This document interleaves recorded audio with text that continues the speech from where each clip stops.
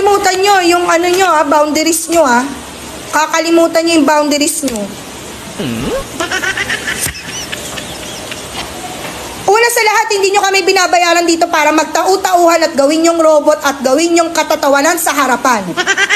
Pangalawa, hindi ako nag-board exam para lang hindi irespeto ng mga katulad nyo. Wala pa namang nararating sa buhay. Ang kakapal ng mga mukha nyo.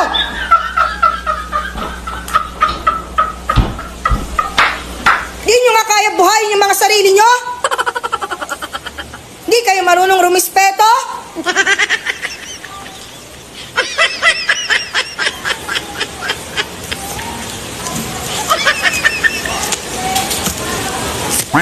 Mag-board exam din kayo para malaman nyo kung hanggang saan kayo. Baka hindi pa nga kayo pumasa eh. Sa ugali nyong ganyan. Di na nga kayo matalino eh. Sama pa ng ugali. Wala kayong mararating. Bumaba ka na doon. Tatawa ka pa. Ingrato. Ayaw ba? Galing squatter.